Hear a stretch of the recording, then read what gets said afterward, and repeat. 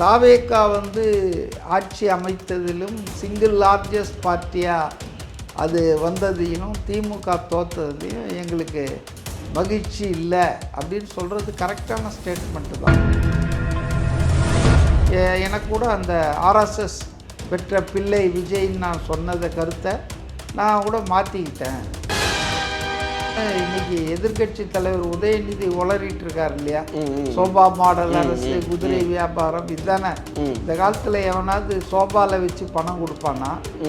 இவரெல்லாம் என்ன நினச்சிட்டு இருக்காரு? எங்களை பற்றிலாம் பேசுறதுக்கு இவருக்கு என்ன யோகியத்தை இருக்கு? திமுகவை வந்து நல்லா வெளுத்து விட்டுருக்காரு. நாங்கள் ஆதரிக்கிறோன்னு சொன்ன பிறகும் எங்களை வந்து நீங்கள் அமைச்சரவையில் சேரணும்னு ஆதரவு அர்ஜுனா மற்றவர்கள்லாம் கம்பல் பண்ணாங்க. வெளியே இருந்து ஆதரவு பண்ணால் எப்போ வேணாலும் ஆதரவு வாபஸ் வாங்கலாம் இல்லையா? அவங்க நினச்சிருக்கலாம் அமைச்சரவையில் சேர்த்துட்டா நாங்கள் வந்து அவங்களோட நிரந்தரமாக இருப்போன்னு.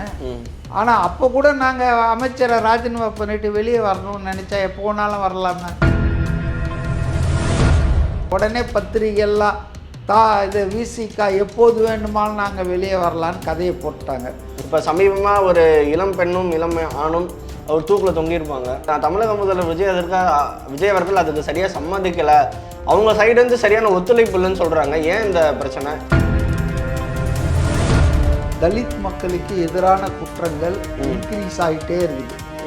நாம் நினைப்போம் யூபியில் நடக்குது, பீகாரில் நடக்குதுன்னு. கடந்த திமுக ஆட்சியிலே வந்து மிக அதிகமாக நாட்டிலேயே தலித் மக்களுக்கு எதிரான குற்றங்கள் கொலைகள் நடக்கிறது பெரியார் மண்ணான தமிழ்நாட்டில் தான்.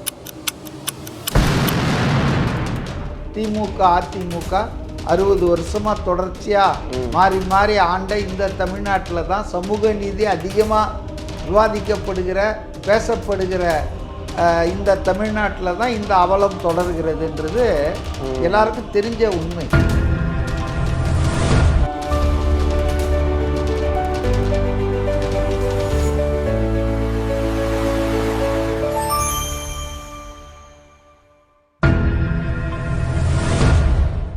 தமிழக அரசியல் பற்றி நிறையா பேச போகிறோம், வாங்க பேசலாம். சார் வணக்கம். சார் வணக்கம் சார். இப்போ சமீபமாக பார்த்தோம்னா நேற்று பார்த்தோம்னா விசிகா கட்சியோட தலைவர் திருமாவளவன் அவர்கள் அவரோட கட்சி சார்ந்த ஒரு ஃபங்க்ஷனில் பேசியிருக்காரு. பல்வேறு சூப்பரான விஷயங்கள் பேசியிருக்காரு. அதை பற்றி தான் இன்றைக்கி எல்லாருமே பேசிகிட்டு இருக்காங்க. முதல் விஷயமே பார்த்தோம்னா தாவேகா ஆட்சிக்கு வந்தாலும் எங்களுக்கு சந்தோஷமே கிடையாது, நாங்கள் திமுக கூட்டணியில் இருந்தோம், ப்ளஸ் நாங்கள் திமுக கூட்டணியில் இப்போ இல்லை, தாவேகா தலைமையில் கூட்டணி அமைஞ்சால் நாங்கள் அதை சந்தோஷமாக ஏற்றுப்போம்னு சொல்லியிருக்காங்க. அவரோட ஸ்பீச் பார்த்தீங்களா? என்ன நினைக்கிறீங்க? ஸ்பீச்சு நான் பார்க்கல, பத்திரிகைலாம் வந்திருக்கு. அதாவது வந்து நேற்று அவங்க விருது வழங்கும் விழா சென்னை காமராஜர் அரங்கத்தில் வந்து நடந்தது தேனாம்பேட்டையில். அதில் வந்து பலருக்கு விருது வழங்கியிருக்கிறார்கள், இன்க்ளூடிங் சிபிஐ மாநில செயலாளர் வீரபாண்டியன் அவர்களுக்கு கூட கொடுத்துருக்காங்க. அம்பேத்கர் விருதுன்னு நினைக்கிறேன், பல விருதுகள் கொடுத்துருக்காங்க. அந்த விழாவில் அவர் பேசுகிறாரு. அவர் தானே அந்த கட்சியினுடைய சுப்ரீம் லீடரு. அதனால் அவர் பேசும்போது பல செய்திகள் அரசியல் நிகழ்வுகள்லாம் குறிப்பிட்டு பேசியிருக்காரு. அதில் மெயினாக வந்து நீங்கள் சொன்ன மாதிரி தாவேகா வந்து ஆட்சி அமைத்ததிலும் சிங்கிள் லார்ஜஸ்ட் பார்ட்டியாக அது வந்ததையும் திமுக தோற்றதுலையும் எங்களுக்கு மகிழ்ச்சி இல்லை அப்படின்னு சொல்கிறது கரெக்டான ஸ்டேட்மெண்ட்டு தான். அதாவது அன்றைய தேதியில் அவங்க திமுக கூட்டணியிலே தானே இருந்தாங்க. இப்போ விசிகா வந்து 8 தொகுதியில் போட்டி விட்டது யாருடைய கூட்டணியில்? திமுக கூட்டணியில் தான். அப்படி இருக்கும்போது அவங்களுக்கு தாவேகா வெற்றி பெற்று அது ஆட்சி அமைக்கிற சூழ்நிலை வந்தால் அது எப்படி சந்தோஷப்படுத்தும்? 8ல் 2 தானே ஜெயிச்சிருக்காங்க. அதனால் வந்து அவர் பேசுறது கரெக்டு தான். அதாவது வந்து அன்றைய சூழ்நிலையில் இருந்ததை பேசுகிறாரு, இன்றைக்கு சூழ்நிலையும் சொல்கிறாருல்ல, தாவேகா தலைமையில் ஆட்சியில் நாங்கள் பங்கு பெற்றோம், அந்த அணியில் நாங்கள் சேர தயாராக இருக்கிறோம். ஏன்னா மதச்சார்பற்ற கட்சிகளை மட்டும்தான் இவங்க வந்து ஆதரவு வேணும்னு கேட்டாங்க. நினச்சிருந்தா தாவேகா வந்து அதிமுகவோட போய் ஆட்சி அமைச்சிருக்கலாம், இல்லை அதிமுக கூட்டணியில் இருக்கிற வேறு சில கட்சிகளை வச்சு ஆட்சி பண்ணியிருக்கலாம். ஆனால் அதெல்லாம் செய்யாமல் மதச்சார்பற்ற கட்சிகள் வச்சு தான் ஆட்சி அமைக்கணுன்றதில் உறுதியாக இருந்தார். அதனால தான் எனக்கு கூட அந்த ஆர்எஸ்எஸ் பெற்ற பிள்ளை விஜய்ன்னு நான் சொன்னதை கருத்தை நான் கூட மாற்றிக்கிட்டேன். எனக்கு அந்த சந்தேகம் இருந்தது தேர்தலுக்கு முன்னால். ஆனால் அவர் ஆட்சி அமைச்சு 8 தலித்துகளுக்கு அந்த அமைச்சராகும் வாய்ப்பு கொடுத்தது, அப்புறம் மதச்சார்பற்ற கொள்கையில் உறுதியாக நின்னது, இதெல்லாம் பார்த்து எனக்கு அந்த சந்தேகம் தீர்ந்து போச்சு அப்படின்னு சொல்கிறாரு. அதெல்லாம் கரெக்டான ஸ்டேட்மெண்ட்டு தானே, அதில் என்ன இருக்குது?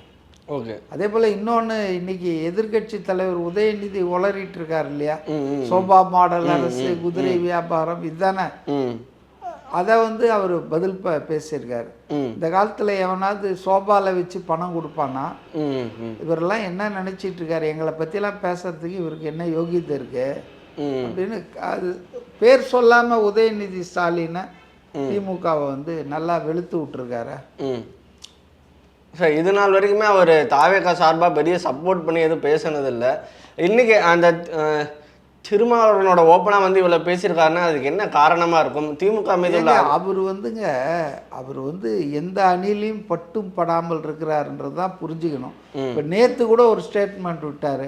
என்ன ஸ்டேட்மெண்ட்டில் நேற்று ஒரு கருத்து சொன்னார், குதிரை பேரம் வந்து கவர்னருக்கு அதிகாரம் இருக்குன்னா அதை விசாரிக்கிட்டோம், தாவேகா அரசு குதிரை பேரத்தில் ஈடுபடுதுன்னு அவங்கள கொடுத்துருக்காங்கல்ல 3 பேரும் போய் வரிசையாக பாஜக, திமுக, அதிமுக ஆளுநரை சந்தித்தார்கள் இல்லையா முந்தா நாள். அப்போ அந்த குற்றச்சாட்டை பற்றி அவர்கிட்ட செய்தியாளர்கள் ஏதோ கேட்கும்போது, ஆளுநருக்கு அதிகாரம் இருந்தால் அவர் இந்த விசாரிக்கலாமே அப்படின்னு சொல்கிறாரு. ஸோ குதிரை பேரம் நடக்கலைன்னு சொல்ல அவர் வந்து திருமாவளவன் வந்து ப்ளோ ஹாட் ப்ளோ கோல்டாக தான் இருக்கார். அவர் கமிட் பண்ணிக்கல, ஃபுல்லாக திமுகவுக்கு எதிராக வந்தா மாதிரியோ அல்லது தாவேகாவுக்கு ஆதரவாக வந்துட்டா மாதிரியோ ஃபுல்லாக கமிட் பண்ணிக்கல இன்னும். அதான் எனக்கு அவருடைய பேச்சுகள்லேருந்து தெரியுது. சார், அவங்களோட பேச்சு முன்னுக்கு பின் அப்படி தான் இருக்குது. எப்போ வேணால் ஆதரவாக நாங்கள் வாங்கிப்போம் அப்படின்ற மாதிரியே இருக்குது. இல்லை, அது வந்துங்க வேற கண்டெக்ஸ்டில் சொன்னாருங்க. அதாவது அவருடைய பேச்சுக்கள் வந்து ரொம்ப மிஸ் அண்டர்ஸ்டுட் ஆகுது. உதாரணத்துக்கு இப்போ நீங்கள் சொன்னீங்கல்ல, எந்த நேரத்திலும் எங்கள் ஆதரவு, அது எதுக்கு சொன்னாருன்னா, ஒரு பத்திரிகையாளர் சந்திக்கும் போது நாங்கள் ஆதரிக்கிறோன்னு சொன்ன பிறகும் எங்களை வந்து நீங்கள் அமைச்சரவையில் சேரணும் ஆதவ் அர்ஜுனா மற்றவர்கள்லாம் கம்பல் பண்ணாங்க. அதுக்கு என்ன காரணம் நான் நினைக்கிறேன்னா, நாங்கள் வெளியே இருந்து ஆதரவு பண்ணால் எப்போ வேணாலும் ஆதரவு வாபஸ் வாங்கலாம் இல்லையா. அவங்க நினச்சிருக்கலாம் அமைச்சரவையில் சேர்த்துட்டா நாங்கள் வந்து அவங்களோட நிரந்தரமாக இருப்போன்னு. ஆனால் அப்போ கூட நாங்கள் அமைச்சரை ராஜினாமா பண்ணிட்டு வெளியே வரணும்னு நினச்சா எப்போ வேணாலும் வரலாமே, அப்படி தான் அதை சொன்னார். உடனே பத்திரிகைலாம் இது விசிகா எப்போது வேண்டுமாலும் நாங்கள் வெளியே வரலான்னு கதையை போட்டாங்க. நம்ம பத்திரிகைகள் ஊடக நண்பர்கள் இருக்காங்களே, அது என்ன கான்டெக்ஸ்டில் சொல்கிறாரு, அவர் சொல்கிறதுடைய ஸ்பிரிட் என்னன்னு பார்க்காம ஹெட்லைனுக்கு பரபரப்பு செய்திக்கு அவங்களுக்கு தேவைப்படுறதை தூக்கி அடிச்சிடுறாங்க. அது அப்படி தான் பார்க்க வேண்டியது. ஆமாம், அவர் வந்து ஒரு இன்டர்வியூவில் நடுவில் சொன்ன 2 வார்த்தையை எடுத்து போட்டு அதை ஹைலைட் பண்ண அது தப்பு இல்லையா? ஊடக அறமே கிடையாது அது. அவர் என்ன சொன்னாருன்னா, அவங்க நினைக்கிறாங்க நாங்கள் மந்திரியே ஆக்கிட்டா, மந்திரி சபையில் நாங்கள் சேர்ந்துட்டா அவங்கக்கிட்டே நாங்கள் எப்போவுமே நிரந்தரமாக இருப்போம் அப்படின்னு நினைக்கிறாங்க. நாங்கள் மந்திரி சபையில் சேர்ந்தாலும் கூட எப்போ வேணாலும் நாங்கள் முடிவு எடுத்துட்டோம்னா இந்த கொள்கைகளுக்கு நமக்கு சரிப்பட்டு வராது, ராஜினாமா பண்ணுப்பான்னு சொல்லிட்டு நாங்கள் எப்போ வேணாலும் வெளியே போகலாம்ல, அந்த ஃப்ரீடம் இருக்குல்ல ஒரு அரசியல் கட்சிக்கு. அதனால் அது அவங்க நினச்சது தப்பு. நாங்கள் ஏதோ வெளியே இருந்தால் உடனே போயிடுவோன்னோ, உள்ளே வந்தால் போகாமல் உட்காந்துட்டு இருப்போன்னு தாவேகாவில் சில பேர் நினச்சாங்க. அதனால தான் எங்களை தொந்தூர் பண்ணாங்க, அமைச்சரவையில் கண்டிப்பாக சேரணும்னு அப்படின்னு அவருடைய கருத்தை அவர் சொன்னார். அதில் இந்த 2 லைனை மட்டும் எடுத்து கட் பண்ணி பெரிய தலைப்பு செய்தி ஆக்கிட்டாங்க. 2 நாளைக்கு ஓடிச்சுன்னு வச்சுங்களேன். ஓகே சார், இப்போ அடுத்தபடியாக அமைச்சர் வன்னியரசு அவர்கள் சொல்லியிருப்பார், ஆணவ கொலைக்கு எதிராக தனி சட்டம் இயற்ற ட்ரை பண்ணுறோம் அப்படின்னு. ஆனால் இப்போ சமூக வலைதளம் ரூமர் போச்சு, தமிழக முதல்வர் விஜய் அவர்கள் அதுக்கு சரியாக சம்மதிக்கலை, அவங்க சைடுலேருந்து சரியான ஒத்துழைப்பு இல்லைன்னு சொல்கிறாங்க. ஏன் இந்த பிரச்சனை? இப்போ சமீபமாக ஒரு இளம் பெண்ணும் இளம் ஆணும் அவர் தூக்கில் தொங்கியிருப்பாங்க. அதாவதுங்க, ஏன் ஆணவ கொலைக்கு தனி சட்டம் போடணும்னு சொல்கிறாங்கன்னா, தமிழ்நாட்டில் தலித் மக்களுக்கு எதிரான குற்றங்கள் இன்க்ரீஸ் ஆகிட்டே இருக்குது. நாம் நினைப்போம் யூபியில் நடக்குது, பீகாரில் நடக்குதுன்னு. கடந்த திமுக ஆட்சியிலே வந்து மிக அதிகமாக நாட்டிலேயே தலித் மக்களுக்கு எதிரான குற்றங்கள் கொலைகள் நடக்கிறது பெரியார் மண்ணான தமிழ்நாட்டில் தான். திமுக அதிமுக 60 வருஷமாக தொடர்ச்சியாக மாறி மாறி ஆண்ட இந்த தமிழ்நாட்டில் தான் சமூக நீதி அதிகமாக விவாதிக்கப்படுகிற பேசப்படுகிற இந்த தமிழ்நாட்டில் தான் இந்த அவலம் தொடர்கிறதுன்றது எல்லாருக்கும் தெரிஞ்ச உண்மை. ஆனால் என்னன்னா, if there is a will there is a way, மனம் இருந்தால் மார்க்கம் உண்டுன்ற மாதிரி இன்றைக்கு இருக்கிற சட்டங்களை வச்சே கடுமையாக தண்டிக்கலாம், தடுக்கலாம், இந்த ஆணவ கொலைகளை குற்றங்களை வந்து குறைக்கலாம். உண்மை என்னன்னா, காவல்துறையில் இருக்கிற அதிகாரிகளாக இருக்கட்டும், அரசியல்வாதிகளாக இருக்கட்டும், அவங்களுக்கு வந்து ஒரு என்ன சொல்கிறது கமிட்மெண்ட் இல்லை. சட்டம்லாம் இருக்குது, புதுசாக ஒன்றும் ஒரு சட்டம் போடணும்னு தேவையே இல்லை. உள்ள சட்டத்தை லூப் போல் கொடுக்காம அப்படி டைட்டாக எஃப்ஐஆரை போட்டு பர்சியூ பண்ணால் கண்டிப்பாக கடுமையான தண்டனையை வாங்கி தரலாம். ஏன் எல்லாரும் வந்து இப்படி ஒரு தனி சட்டம் வேணும்னா யோசிக்கிறாங்கன்னா, ஆல்ரெடி பிசிஆர் ஆக்டுன்னு இருக்குது இல்லையா? பிசிஆர் ஆக்டுன்னா தெரியும் இல்லையா? வன்கொடுமைக்கு எதிரான சட்டம், தாழ்த்தப்பட்ட மக்களுக்கு, தலித் மக்களுக்கு.